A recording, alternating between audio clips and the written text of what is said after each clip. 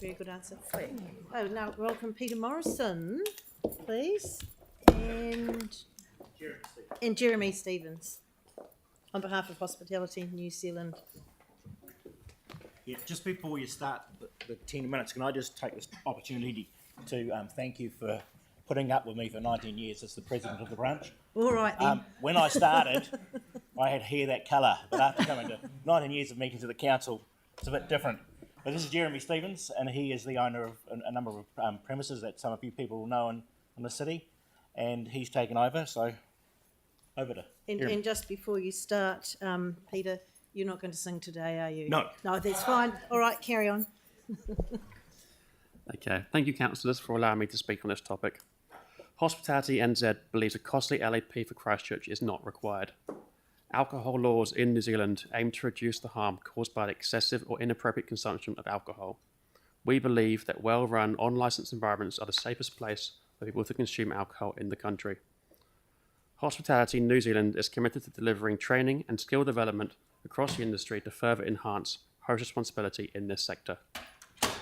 Prior to the implementation of the Sale of Liquor Act in 1989, there were about 3,000 licences in NZ, and since then the number of licences has increased to just over 11,000. Conversely, liquor consumption in NZ has decreased 22% since 1986. Therefore, increased access to alcohol has not translated into higher consumption. In yesterday's article from RNZ, it's estimated 85% of alcohol is purchased and consumed outside of licensed venues. Yet the 2017 LAP draft was heavily focused on reducing hours of trade and more restrictions for the on-premise operators.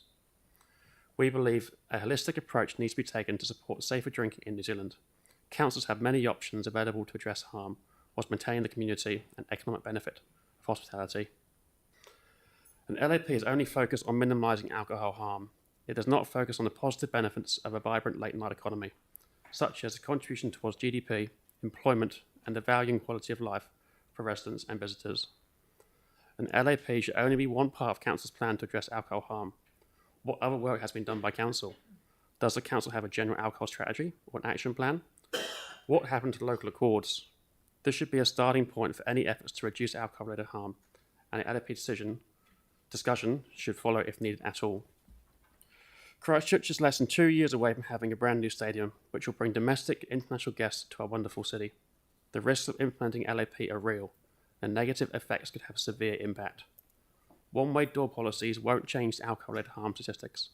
Early closing times won't change these either. As I mentioned earlier, the safest place to consume alcohol is on licensed premise, which customers are supervised and monitored by well-regulated operators. We agree and support the efforts to reduce alcohol-related harm. We want to be included during these early discussions. We believe policies at a national level are the only way forward. The local council already have the power required to object to any licence. We believe changes are required at a national level to include minimum pricing, location of premises, and the amount of off-licences selling cheap discounted liquor.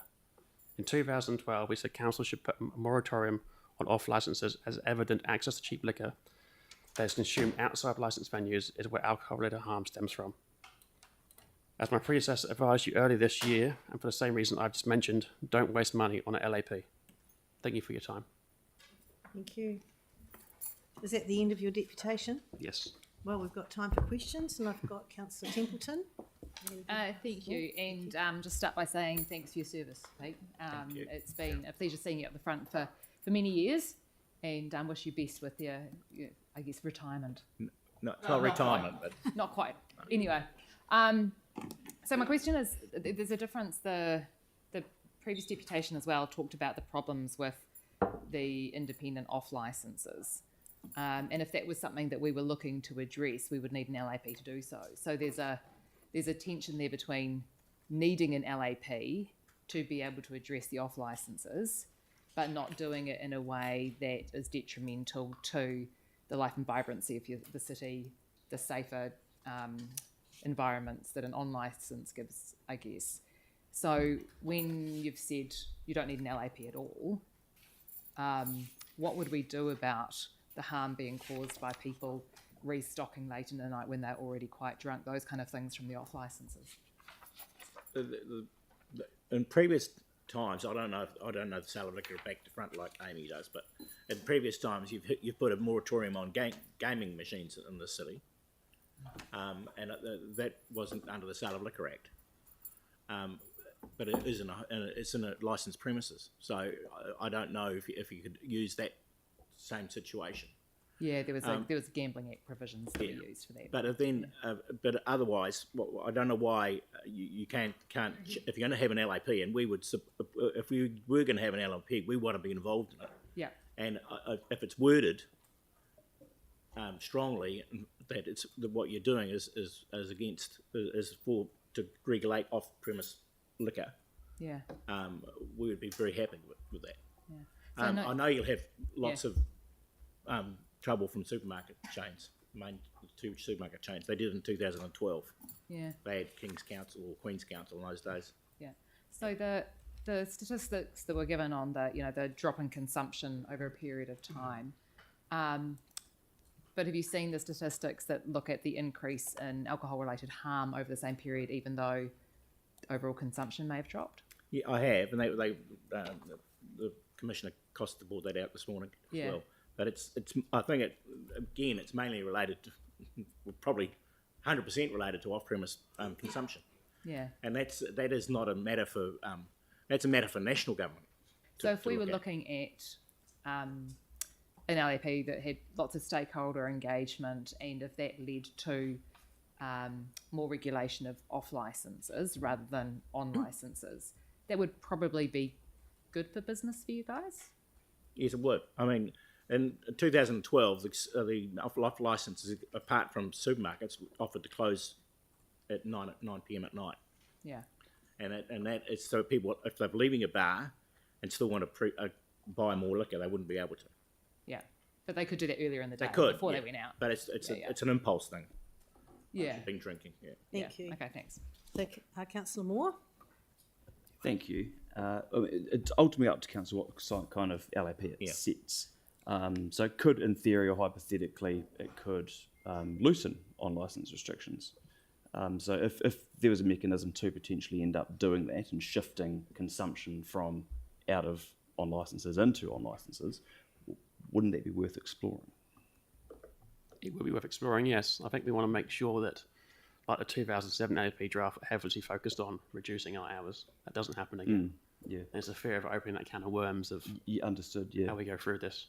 So are you able to touch a bit on the uncertainty the process provides, and what sort of uncertainty it provided in those last periods, because particularly for new councillors who weren't involved in that, it's useful to hear. Well, I mean, 2012, it was when they first came to us with an LAP, and prior to that we had the Central City Liquor Accord with Gary Knowles. He came down from Wellington in 2007 or 8, and he wanted to close everything at midnight. And so the accord was set up, and we agreed to having a one-way door in the end at 3 a.m. And that worked very well. And for some reason, the agencies don't seem to want to have accords anymore. We're very happy to be involved in that. And it's when the 2000 LAP was done, they were really looking at making bars close earlier than 3 o'clock. So it's if you got to have a nighttime economy. If you're going to be an international city, you've got to have a nighttime economy. They tried that in Sydney, and that was just a failure, complete failure. And everyone moved to Melbourne. So if you want people to move to Wellington or to Auckland, go ahead. But no, I'm joking. All right, thank you. Thank you. And I know Sydney are now trying to reverse all those changes. Yes. Later. Councillor Scandrett?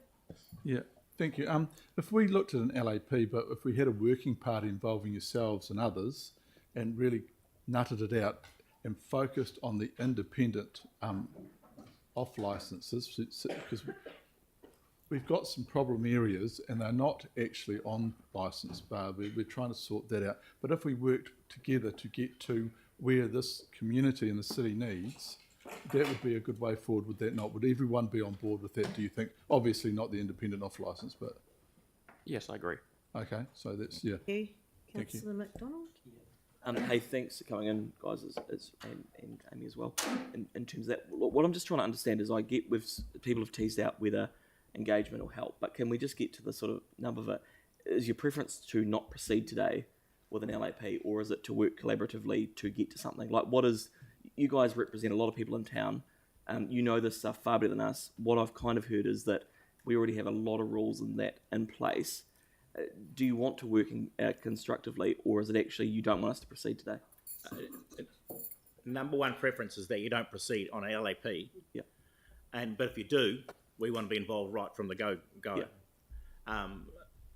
And I would, to save you a lot of money, and they talk about 20,000 to 100,000 in the details, but last year, including police costs and Crown Public Health, was closer to 2 million. Right. So it'd be far better if you brought back the Accords, or if you're going to go with an LAP, that we're involved right from the beginning. Okay, that's useful. Thank Thanks. you, that clarifies things. All right, thank you very much. Nice to Thank see you. We've taken that on board. So now we have Feather Shore.